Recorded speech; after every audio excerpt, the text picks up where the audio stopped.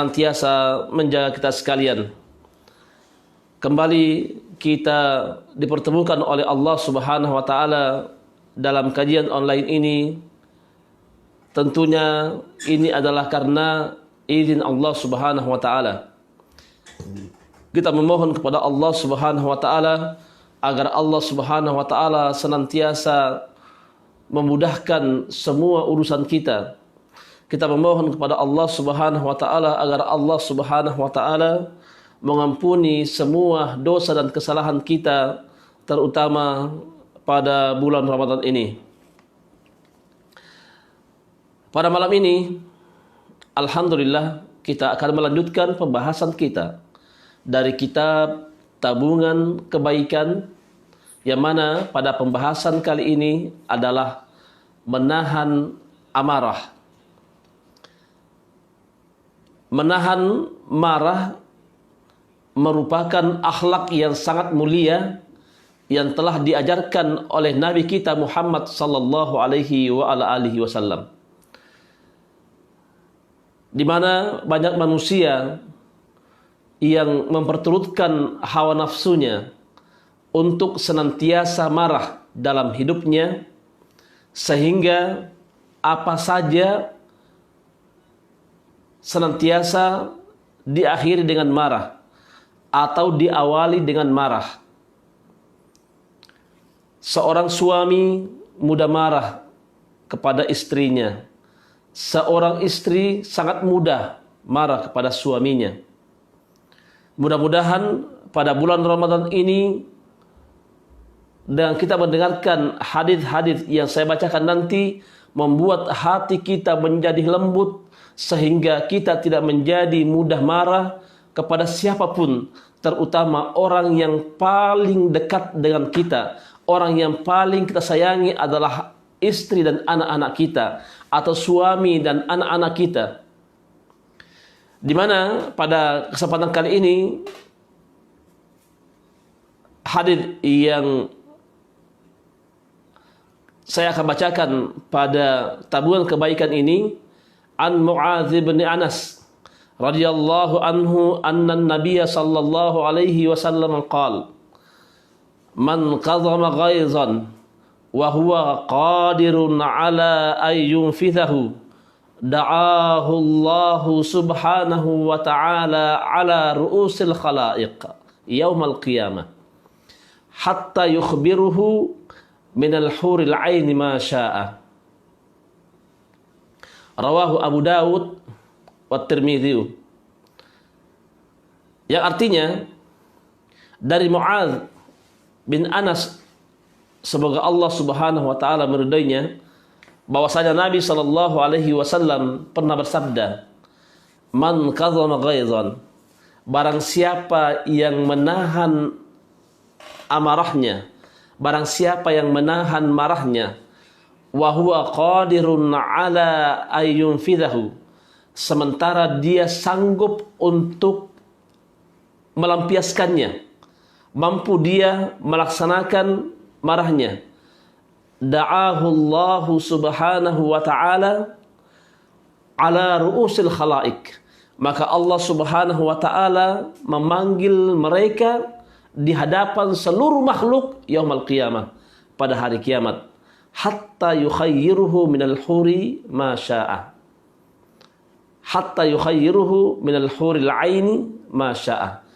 sehingga Allah Subhanahu wa taala memilihkannya dari bidadari-bidadari yang dia kehendaki. Dari hadis ini diriwayatkan oleh Al-Imam Abu Dawud dan At-Tirmidzi.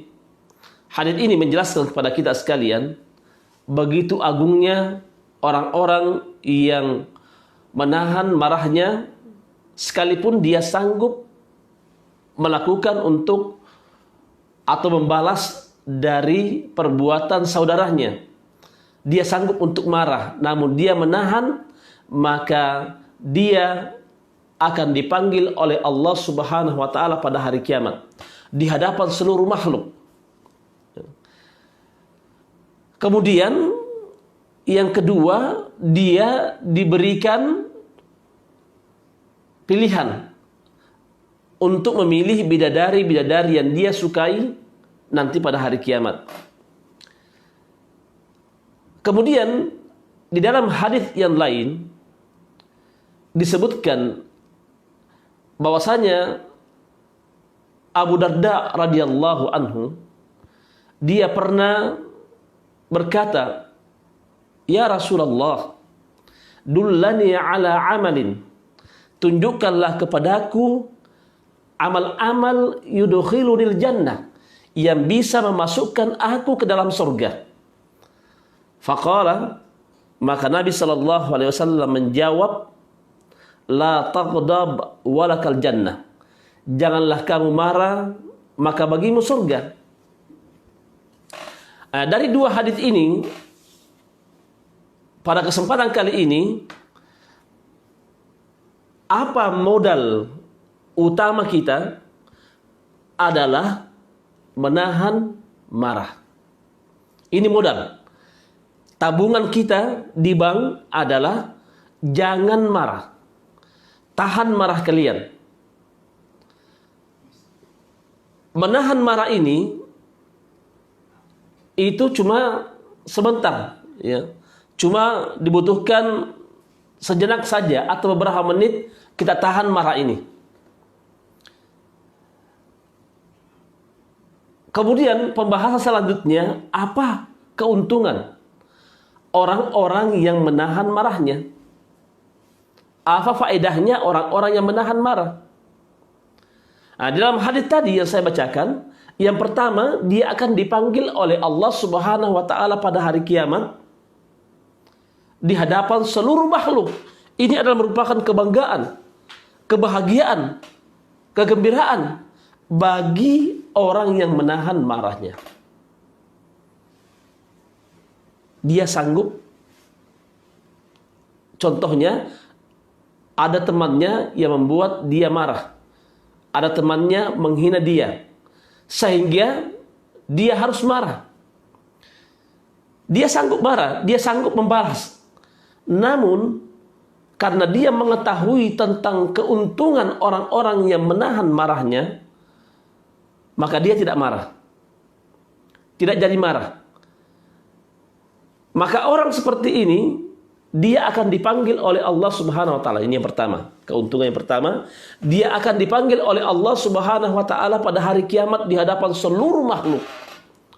Nikmat yang sangat besar. Ini adalah pemuliaan Allah Subhanahu wa taala kepada makhluknya, kepada hamba-hambanya yang mampu menahan marahnya. Ini adalah sesuatu kegembiraan kepada orang-orang yang menahan marah. Dipanggil kita oleh Allah Subhanahu wa taala di hadapan seluruh makhluk, mulai dari manusia pada zaman Nabi Adam sampai manusia akhir zaman. Semuanya mendengarkan nama kita dipanggil oleh Allah Subhanahu wa taala. Dikenal di seluruh dunia. Biasanya orang kalau dia dipanggil oleh Pak Lurah atau dipanggil oleh Pak Camat, Masya Allah, gembiranya, ya, sampai dia bicarakan kepada orang lain, tetangganya, sahabatnya, kerabatnya, saya insya Allah besok saya dipanggil oleh Pak Camat ke kantornya menghadap dia, sehingga dia memakai baju yang sangat indah, memakai sepatu yang mengkilat, dia menghias dirinya karena ingin berhadapan dengan Pak Camat. Itu baru Pak Camat, ya, tingkatan yang sangat rendah di dalam suatu jabatan. Tetapi dia sangat bangga. Nah, bagaimana orang-orang yang dipanggil oleh Allah Subhanahu wa taala pada hari kiamat diketahui oleh seluruh makhluk, ya. Diketahui oleh seluruh makhluk. Mulai dari makhluk Nabi Adam pada zaman Nabi Adam sampai manusia yang terakhir pada hari kiamat. Dia tahu kita dipanggil oleh Allah Subhanahu wa taala. Masya Allah, keutamaan. Maka janganlah membiasakan diri kita menjadikan akhlak kita adalah akhlak mudah marah. Jangan. Kemudian keuntungan yang kedua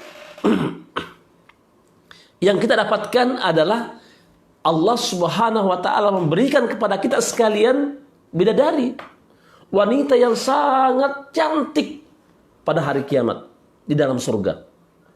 Masya Allah, nikmat yang sangat besar. Ya, oleh karena itu, para suami-suami sekalian, para laki-laki jangan mudah marah kepada istrinya. Ya. Jangan hanya masalah kecil marah. Ya. Kecuali marah tentang masalah hukum Allah Subhanahu wa taala. Marah kalau hukum Allah Subhanahu wa taala dilanggar. Istrinya tidak mau pakai jilbab. Ya kita marah. Marah karena Allah. Bukan marah karena benci, marah karena Allah Subhanahu wa taala. Itu diperbolehkan dalam syariat. Atau dia melanggar hukum-hukum yang lainnya. Tetapi apabila masalah ini adalah marah karena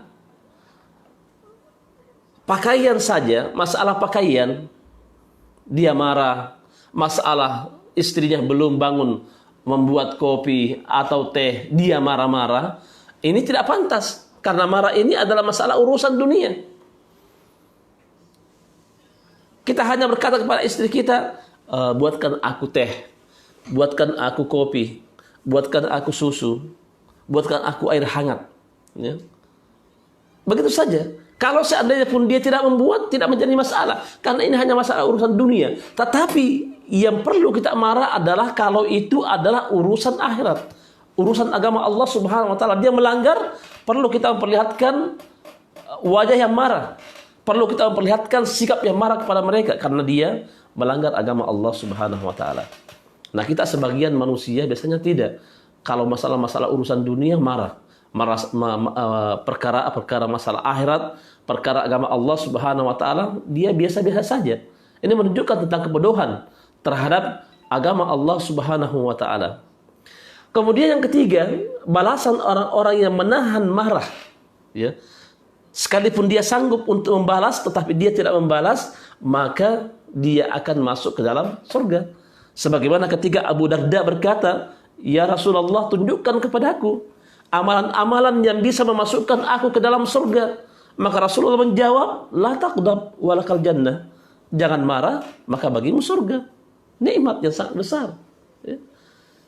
Kita semua tentu ingin masuk ke dalam surga. Adakah di antara pendengar sekalian yang ingin masuk dalam neraka jahanam? Tentu jawabannya tidak ada yang mau.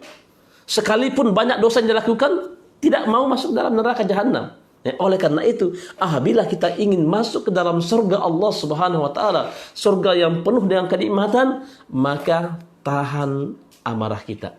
Jangan mudah marah. Jangan menjadikan akhlak kita adalah akhlak pemarah. Ya, oleh karena itu, apabila ada orang yang membuat kita marah, maka kita akan maafkan dia. Ada orang yang mencaci maki kita, kita maafkan dia. Nikmat yang sangat besar. Ada orang yang menghina kita, kita maafkan dia. Kita buktikan firman Allah Subhanahu wa taala yang terdapat di surah Asy-Syura ayat 37. Wa idza ma ghudibu hum yaghfirun. Dan apabila mereka marah, segera memberi maaf. Ya, segera memberi maaf. Kalau ada orang yang membuat kita marah, kita maafkan dia. Masya Allah, nikmat yang sangat besar. Ya. Kalau kita mampu melakukan ini, Masya Allah, dunia ini aman. Rumah tangga menjadi aman. Kalau kita tidak mudah marah. Ya.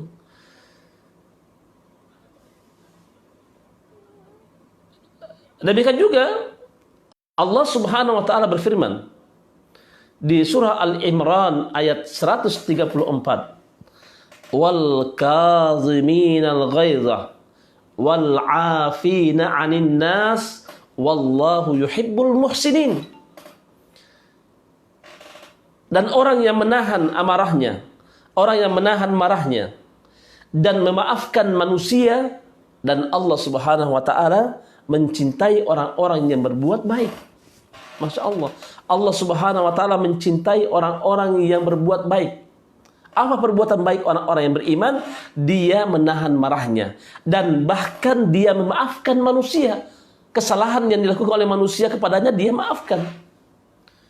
Maka merugilah orang-orang yang menjadikan hatinya mudah tersinggung kepada orang lain, mudah marah kepada orang lain, mudah ingin membalas kepada orang lain, mukanya mudah untuk berubah, ya. Wajah yang tadinya wajahnya ganteng, wajahnya cantik, karena marah menjadi jelek, ya. Kalau kita ingin melihat wajah kita yang jelek ini, bercermin ketika kalian marah, ya. Jadi ibu-ibu sekalian di rumah, kalau ada ibu-ibu yang suka marah di rumah, lihat wajahnya di cermin, jelek. Ya, sekalipun orang melihat dia ini cantik, maka ketika kamu lihat wajahmu ketika marah di cermin, maka kamu akan melihat wajahmu sangat jelek, ya. Oleh karena itu, manfaat yang sangat besar bagi siapa yang menahan marahnya. Oleh sebab itu, banyak sekali para ulama telah mempraktekkan tentang masalah ini, ya. Dia mempraktekkan tentang masalah marah. Abu Hurairah radhiyallahu anhu, ketika ada orang yang membuat dia marah, maka dia berkata, salah seorang ulama tabi'in, Fudail bin Iyad, ya, ketika ada orang menyampaikan kepadanya bahwasanya si fulan telah menceritakan tentang kehormatanmu, tentang keburukanmu. Apa jawaban Fudail bin Iyad?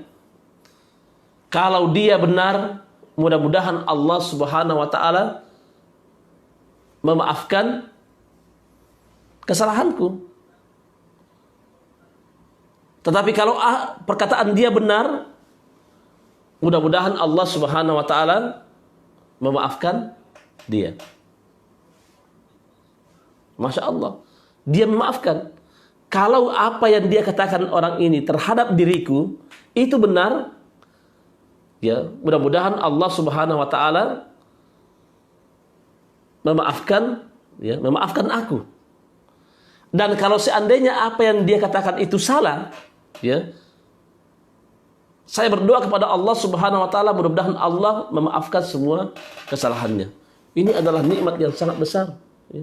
Ini adalah contoh dari para ulama, bagaimana dia mempraktekkan agar dia tidak mudah marah. Contoh lagi dari kalangan para ulama adalah Hasan al-Basri. Kita mengenal ulama Hasan al-Basri di kalangan tabi'in. Dia pernah berkata, saya keluar dari rumahku mencari orang-orang yang pernah menghina aku, lalu aku berikan hadiah kepadanya.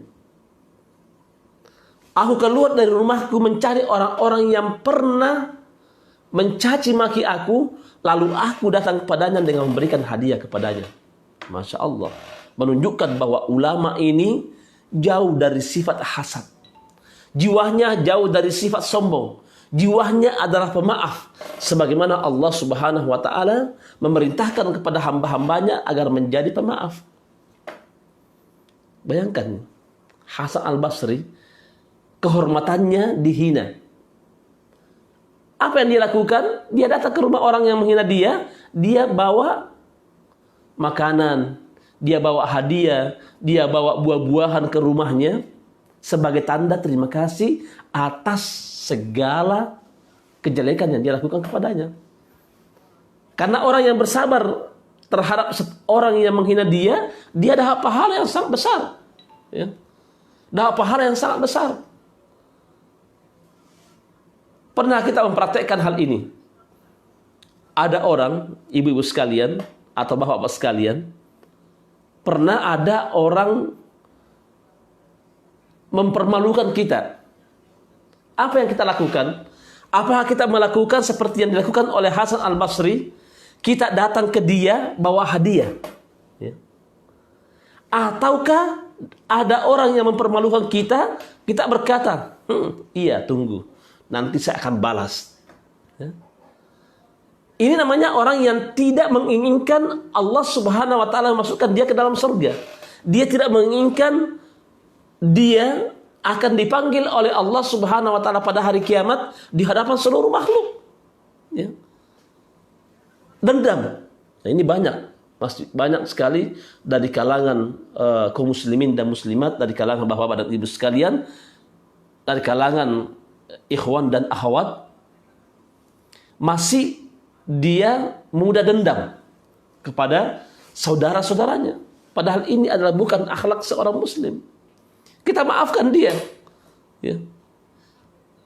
Jangan marah, jangan dendam. Ya.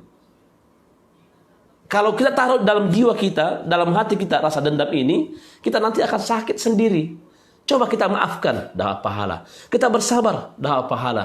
Kita menahan diri kita, sementara kita sanggup untuk membalasnya, Masya Allah, kita dimasukkan ke dalam surga. Kita akan diberikan bidadari yang sangat cantik di surga. Kita akan dipanggil oleh Allah pada hari kiamat di hadapan seluruh makhluk. Nikmat yang sangat besar. Namun, apa yang terjadi pada diri kita? Semuanya ini jauh dari kita. Ya. Saya berikan nasihat untuk diri saya dan untuk seluruh para pendengar sekalian. Dimanapun kalian berada, jadikanlah para ulama contoh bagi kita sekalian dalam menahan amarah kita. Demikian juga Umar bin Abdul Aziz ketika dia menjadi seorang khalifah. Ketika dia menjadi seorang khalifah, dia kebiasaannya di malam hari dia melihat kondisi keadaan rakyatnya. Sehingga di malam hari dia bersama dengan pengawalnya keliling kampung melihat kondisi rakyatnya. Nah, suatu ketika setelah selesai mengunjungi atau keliling kampung melihat kondisi rakyatnya, maka dia masuk ke dalam sebuah masjid. Masuk ke dalam sebuah masjid, tiba-tiba dia melihat ada orang sedang berbaring memakai selimut. Pada zaman itu lampu belum seterang seperti kita sekarang ini. Di jalan-jalan banyak lampu, di masjid penuh dengan lampu. Pada zaman dahulu nggak ada lampu dalam masjid. Dia masuk masjid melihat ada orang sedang berbaring. Ya. Dia memakai selimut. Maka Umar bin Abdul Aziz bersama dengan pengawalnya, dia membuka selimut dia. Lalu orang ini langsung berkata, ya, "Ama jununun anta? Apa kamu gila? Kamu nggak lihat saya ini sedang berbaring? Apa kamu tidak gila?" Maka jawaban Umar bin Abdul Aziz, "La, tidak." Pengawalnya langsung marah, ingin memukul. Dia tidak tahu dia berbicara kepada siapa. Dia adalah seorang khalifah, seorang presiden kalau zaman sekarang ini. Dia berani berkata demikian. Maka Umar bin Abdul Aziz berkata kepadanya, "Jangan." Dia kan cuma bertanya kepada saya, "Apakah kamu gila?" Saya jawab, "Tidak." Jadi nggak usah marah. Ya. Akhirnya pengawalnya nggak jadi marah. Beginilah seorang khalifah, seorang ulama. Dia mampu menahan marahnya. Dia tidak mudah marah. Dia tidak menjadikan pribadinya, akhlaknya adalah akhlak marah-marah setiap hari. Ya. Banyak sekali. Apalagi pada zaman sekarang ini, zaman belajar online. Ya, banyak sekali ibu-ibu mudah marah sama anaknya. Oh, mudah marah. Ya, padahal ini belajar ini masalah dunia saja.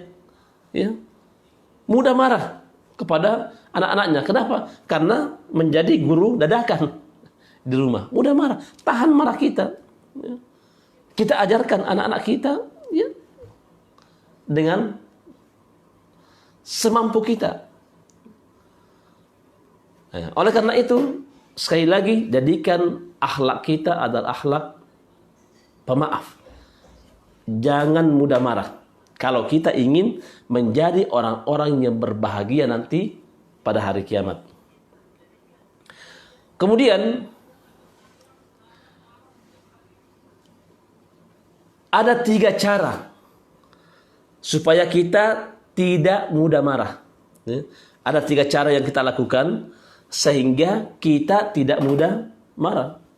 Jadi kalau ada orang yang dia gampang marah, dia suka marah, ya, dengarkan baik-baik 3 perkara ini.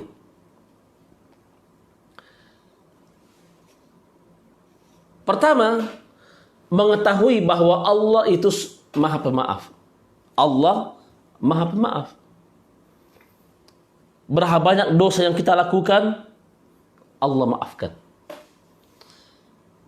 Sekalipun dosa kita sepenuh langit dan bumi, kalau kita minta ampun kepada Allah Subhanahu wa taala, Allah maafkan segala dosa dan kesalahan kita. Sebagaimana dalam ayat Innallaha Ghafurur Rahim. Sesungguhnya Allah Subhanahu wa taala Maha Pengampun lagi Maha Penyayang. Allah Maha Pemaaf kepada hamba-hambanya. Berapa banyak hambanya, jutaan, miliaran manusia berbuat dosa dan maksiat. Tetapi kalau dia sadar, ya, dia menyalahi, mengakui tentang dosa-dosa dia, lalu dia menangis, lalu dia beristighfar kepada Allah, memohon ampun kepada Allah Subhanahu wa taala, Allah maafkan. Allah Maha Pemaaf. Kalau kita mengetahui tentang kebesaran kekuasaan Allah, Allah Maha Pemaaf. Itulah sebabnya Allah Subhanahu wa taala punya namanya Al-Ghaffar. Allah Maha Pengampun terhadap hamba-hambanya. Kemudian Rasulullah sallallahu alaihi wasallam pernah bersabda sebagaimana dalam hadits qudsi, dalam hadits yang diriwayatkan oleh Imam At-Tirmidzi dari jalan Anas bin Malik radhiyallahu anhu, bahwasanya aku pernah mendengar Rasulullah sallallahu alaihi wasallam bersabda, Allah Subhanahu wa taala berfirman. Atau Allah Subhanahu wa taala berfirman, Rasulullah SAW bersabda, ini disebut dengan hadis qudsi. Apa kata Allah Subhanahu wa taala? Ya ibnu Adam, law balagat thunubuka ananas sama thumma astaghfartani ghafartu lak. Wahai anak Adam. Ini Allah Subhanahu wa taala memanggil, wahai anak Adam. Law balagat thunubuka ananas sama. Seandainya dosamu itu sepenuh langit, ya. Seandainya dosamu itu sepenuh langit, Masya Allah, ada langit pertama, ada langit kedua, ketiga, keempat, sampai langit ketujuh, semua itu penuh dengan dosamu.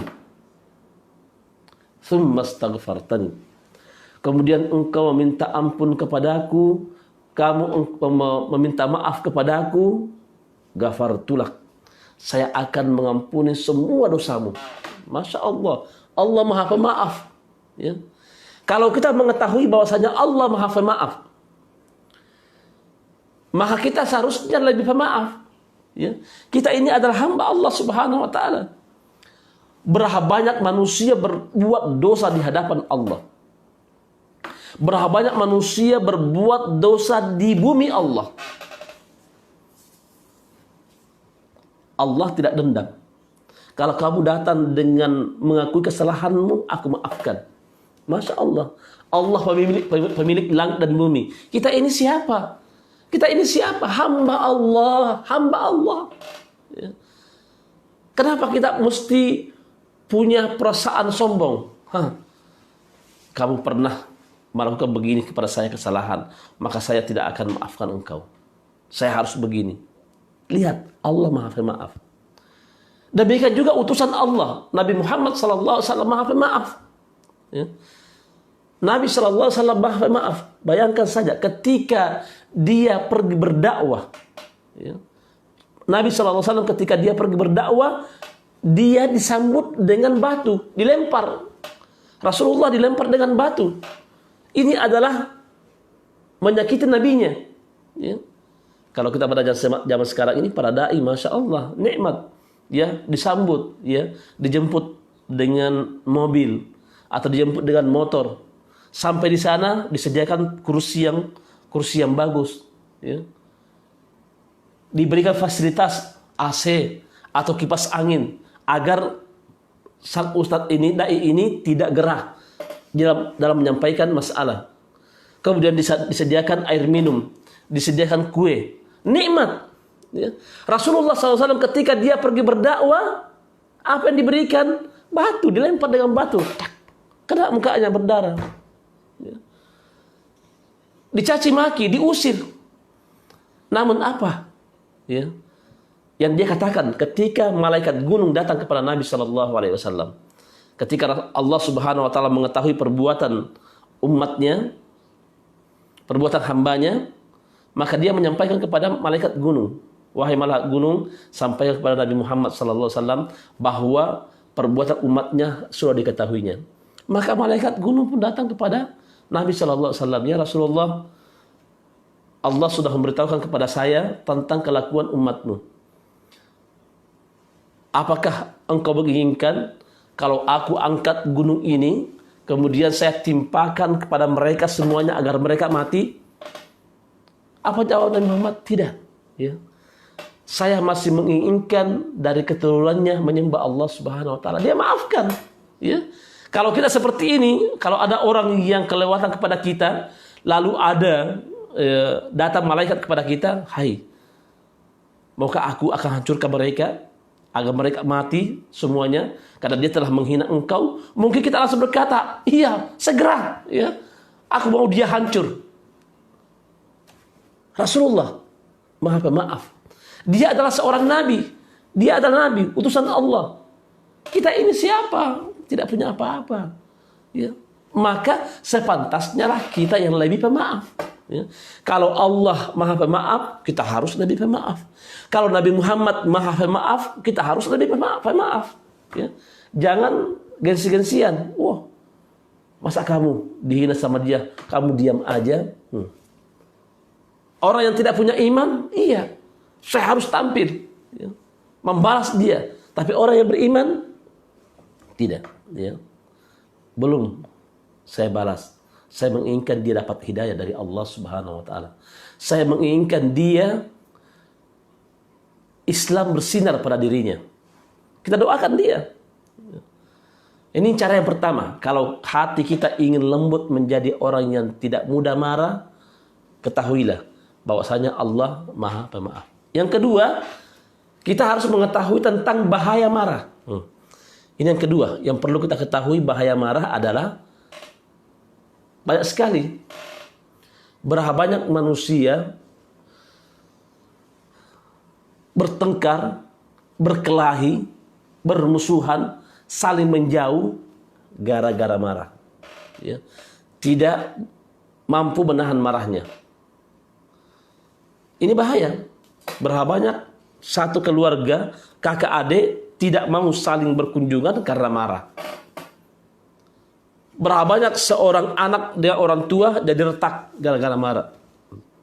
Berapa banyak antara seorang ponakan dengan tante atau omnya saling menjauh gara-gara marah. Dan di antara bahaya marah yang paling sangat disayangkan, berapa banyak orang marah terjadi perceraian di antara keluarga. Tadinya keluarganya baik, bagus, gara-gara marah tidak sanggup menahan marahnya, cerai. Ya. Ya, oleh karena itu kita harus berusaha untuk menahan marah kita. Jadi orang-orang yang suka marah, karena marah itu tidak ada manfaatnya. Ya. Tidak ada manfaatnya, tinggalkan marah. Kalau ada ibu-ibu di rumah suka marah, terutama suka marah sama suaminya, tinggalkan, tidak ada manfaatnya. Ya. Tidak ada kebahagiaan dalam diri seorang yang suka marah. Tidak ada kebahagiaan. Ya. Nah, dengan mengetahui marah ini membuat kita lembut, tidak mudah marah. Yang ada adalah murah senyum kepada siapapun. Murah senyum kepada sahabat kita, murah senyum kepada tetangga kita. Bahkan lebih murah senyum kepada siapa? Kepada istrinya. Atau istri sangat mudah senyum kepada suaminya. Dan lain sebagainya. Ya. Kemudian yang ketiga, melihat sejarah para ulama. Ini dia menahan marahnya. Tidak mudah dia marah. menahan marah. Ya, jangan mudah marah. Baca sejarah para ulama, baca sejarah orang-orang soleh. Saya tadi sebutkan bagaimana sejarah Hasan Al-Basri. Ya. Dia, kalau ada yang menghina dia, dia datang kepadanya, lalu dia memberikan nasihat kepadanya, memberikan hadiah. Ya. Siapa di antara para hadirin atau para pendengar sekalian pernah ada tetangganya yang membuat dia sakit hati, lalu dia datang memberikan hadiah? Siapa? Ada di antara para pendengar sekalian? Kalau ada, itu adalah nikmat yang sangat besar. Kalian telah mempraktekkan sejarah para ulama. Ya. Kalian telah menghidupkan sejarah para ulama. Atau ketika ada tetangga kita yang membuat kita nggak enak, sakit hati, sehingga melihat dia cemberut. Ya. Jangan perlihatkan cemberut, perlihatkan wajah yang manis kepada mereka. Demikian juga Fudail bin Iyad. Ya. Ketika ada orang yang mencaci maki, menghina kehormatan dia, dia doakan dia, mudah-mudahan Allah maafkan dia. Kalau apa yang dia katakan itu benar, mudah-mudahan Allah maafkan aku. Ini Masya Allah, nikmat yang sangat besar. Kemudian marah ini, sifat marah ini terbagi 4. Ya. Sifat marah ini terbagi 4. Yang pertama, nah ini terbagi 4, perhatikan baik-baik. Kita masuk golongan yang mana nih? Di antara 4 perkara ini. Ya. Ikhwan dan akhwat, bapak-bapak dan ibu sekalian, dengarkan baik-baik. Kita masuk kelompok yang mana ini? Kemudian nanti kita akan melihat kondisi kita, lalu kita perbaiki. Yang pertama, bati'ul ghadab, sari'ur ridha. Kelompok yang pertama adalah dia susah marah, cepat memaafkan. Susah marah, cepat memaafkan. Ini adalah kelompok yang paling bagus. Ya. Ini adalah kelompok yang paling bagus. Kita berdoa kepada Allah Subhanahu Wa Taala, mudah-mudahan kita masuk kelompok ini. Kelompok yang pertama, susah marah,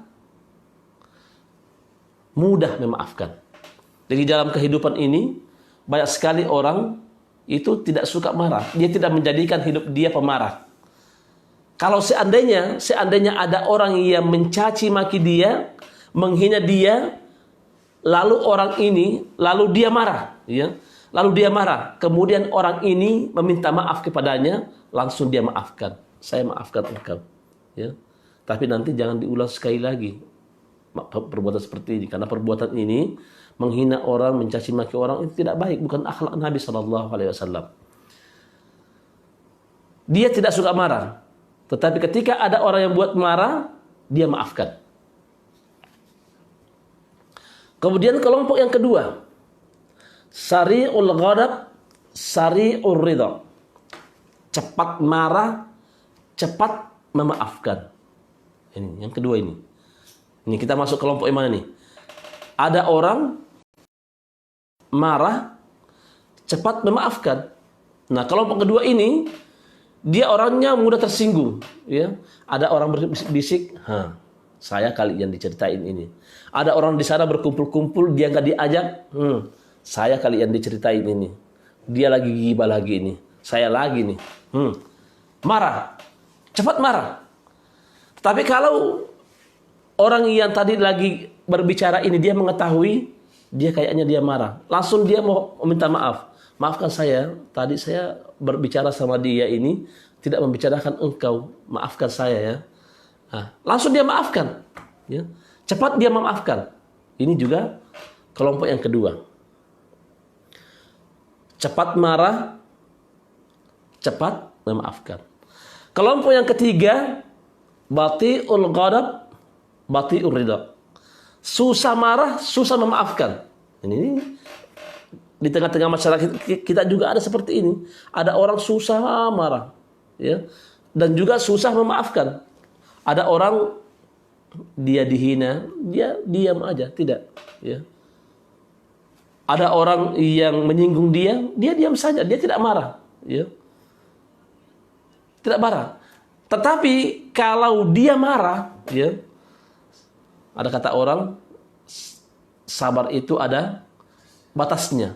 Nah, kalau dia marah, marah benar, ya. Kalau sahabatnya tadi ini, tangganya tadi ini mengetahui dia marah, maka temannya ini minta maaf, maafkan saya tadi itu saya khilaf, saya nggak sengaja. Maka dia berkata, saya tidak maafkan engkau seumur hidup. Tidak mudah memaafkan. Dia memang tidak suka marah, tetapi sekali marah dia tidak akan maafkan. Ya. Dia tidak akan maafkan. Kemudian yang keempat, ini kelompok yang paling jelek, jangan masuk kelompok ini. Sari'ul ghadab, bati'ur ridha. Cepat marah, susah memaafkan. Ini. Di tengah-tengah kita juga ada seperti ini. Cepat marah, cepat tersinggung. Ya. Ada orang bicara berduaan, tiba-tiba dia melihat, dia yang bicarakan saya ini. Apalagi kalau yang bicara berdua ini, ya, sekalipun dia tidak bicarakan dia, tapi terkadang dia melihat ke dia, perasaan dia, saya dimarahin, iya, nanti saya akan balas. Ya. Dia marah, ya, cepat marah. Bati'ur ridha, susah memaafkan. Kalau orang tadi ini langsung dia minta maaf tadi ya, saya ngobrol tadi berdua ini tidak ada maksud lain, saya hanya berbicara kebetulan saja. Dia mengatakan tidak. Itu kamu akan membicarakan saya tentang aib saya, tentang pribadi saya. Saya tidak akan maafkan. Maafkan saya tidak sengaja seperti itu. Saya tidak akan maafkan engkau. Atau ada orang menghina dia. Dia marah, ya, cepat marah. Kalau orang ini minta maaf tadi saya keliru ya. Saya tadi keliru. Maka dia berkata, saya tidak akan maafkan engkau 7 turunan. Oh, lebih parah lagi, ya. Ini. Jangan masuk kelompok yang keempat, jangan, ya. Masuk kelompok yang pertama. Ini kelompok yang pertama ini, ya. Kelompok yang pertama. Kalau ada seorang bapak-bapak atau ibu-ibu, dia susah marah dan mudah memaafkan, Masya Allah. Ini adalah cerminan laki-laki soleh dan wanita soleha. Masya Allah, mudah-mudahan pendengar bapak-bapak dan ibu-ibu sekalian di rumah mempraktekkan ini. Bagaimana kita menjadi orang yang susah marah, mudah memaafkan. Ya. Mudah-mudahan apa yang kita kaji ada manfaatnya. Kalau ada yang ingin bertanya, dipersilahkan. Mohon nasihatnya Ustaz, bagaimana kiat-kiat yang harus kami lakukan di saat kondisi pandemi seperti ini, mengingat kondisi pandemi seperti ini sangat mempengaruhi pekerjaan kami sebagai ojek online. Yang pertama, ya, kita bersabar, ya, bersabar. Ya. Yang kedua, kita harus mengakui bahwasanya rezeki itu di tangan Allah Subhanahu wa taala. Mudah-mudahan dengan pada saat ini ojek online sedikit sekali. Ya. Mungkin ada hikmahnya nanti setelah ketika pandemi ini dibuka, tiba-tiba banyak rezeki yang datang kepada kita. Kita harus mengakui bahwasanya rezeki itu di tangan Allah Subhanahu wa taala. Karena berapa banyak saya mengetahui ada beberapa orang ojek online dia laku, ya. Dia laku. Ada juga memang yang susah, sudah 5 jam menunggu baru 1, ya. Bahkan pernah ada orang bercerita kepada saya sudah menunggu dari habis asar sampai jam 10 malam baru ada 1. Ya. Ada 1. Ada juga orang bercerita kepada saya, ya, sekalipun dalam masalah ini ada COVID-19 ini, tapi alhamdulillah ojek online saya masih laku. Ya, adalah sehari itu 10 orang aku angkut. Ya, alhamdulillah, dia bersyukur kepada Allah Subhanahu wa taala, ya. Mudah-mudahan dengan kita bersabar melakukan hal ini dan kemudian kita mengakui bahwa rasanya rezeki itu di tangan Allah Subhanahu wa taala, Allah pasti akan berikan kepada kita sekalian rezeki. Insya Allah akan berjalan dengan baik. Ya. Nah, itu saja yang saya sarankan. Pertama, bersabar. Yang kedua, akuilah bahwasanya rezeki itu di tangan Allah Subhanahu wa taala. Di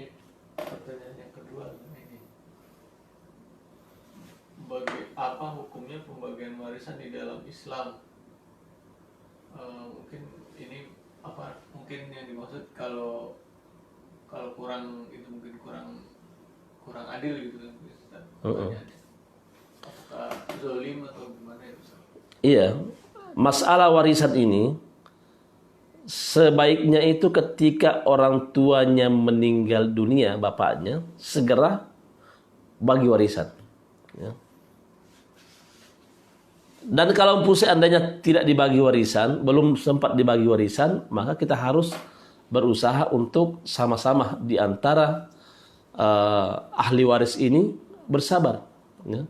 Karena kemungkinan di rumah kita masih ada ibu kita, ya. Rumah itu, harta itu kita belum jual karena ibu kita sayang sama ibu kita. Nanti kalau rumah ini dijual, nanti ibu kita tinggal di mana, ya. Nih, harta ini kita tahan demi ibu kita dulu, ya nggak masalah. Ya. Dan seandainya pun pembagi warisan, bagi dengan sesuai dengan apa yang diajarkan oleh Islam. Ya. Bukan bagi dengan sama rata, tidak. Ya. Tapi dengan adil, sesuai dengan pembagian secara Islam. Ya. Laki-laki berapa bagiannya, perempuan berapa bagiannya. Itulah pembagian secara adil. Ya. Ini terakhir, Ustaz. Apakah menghajar orang yang lalai termasuk dalam sifat marah? Apakah hal tersebut dilarang dalam Islam? Ya. Menghajar atau menjauhi orang-orang yang berbuat maksiat, ya, itu perlu kita memberikan peringatan, ya, sebagai peringatan. Kita menjauhi dia agar dia merasa bahwasanya ini adalah kesalahan yang dia lakukan, perbuatan dosa yang dia lakukan. Dia lalai dari agama Allah Subhanahu wa taala, tapi kita harus menegakkan hujjah kepada mereka. Kita harus senantiasa memberikan nasihat kepada mereka, karena nasihat ini kemungkinan orang ini lalai karena tidak ada nasihat kepada mereka. Ya. Bukan langsung kita mentahdir mereka atau menghajar mereka tanpa memberikan nasihat kepadanya. Kita harus berikan nasihat dulu kepada dia dengan cara yang baik. Ya. Kita berikan nasihat kepada dia dengan akhlak yang mulia. Mudah-mudahan dengan nasihat kita diterima oleh dia, sehingga dia menghindari darinya sifat lalai atau menghindarkan dirinya dari sifat dosa.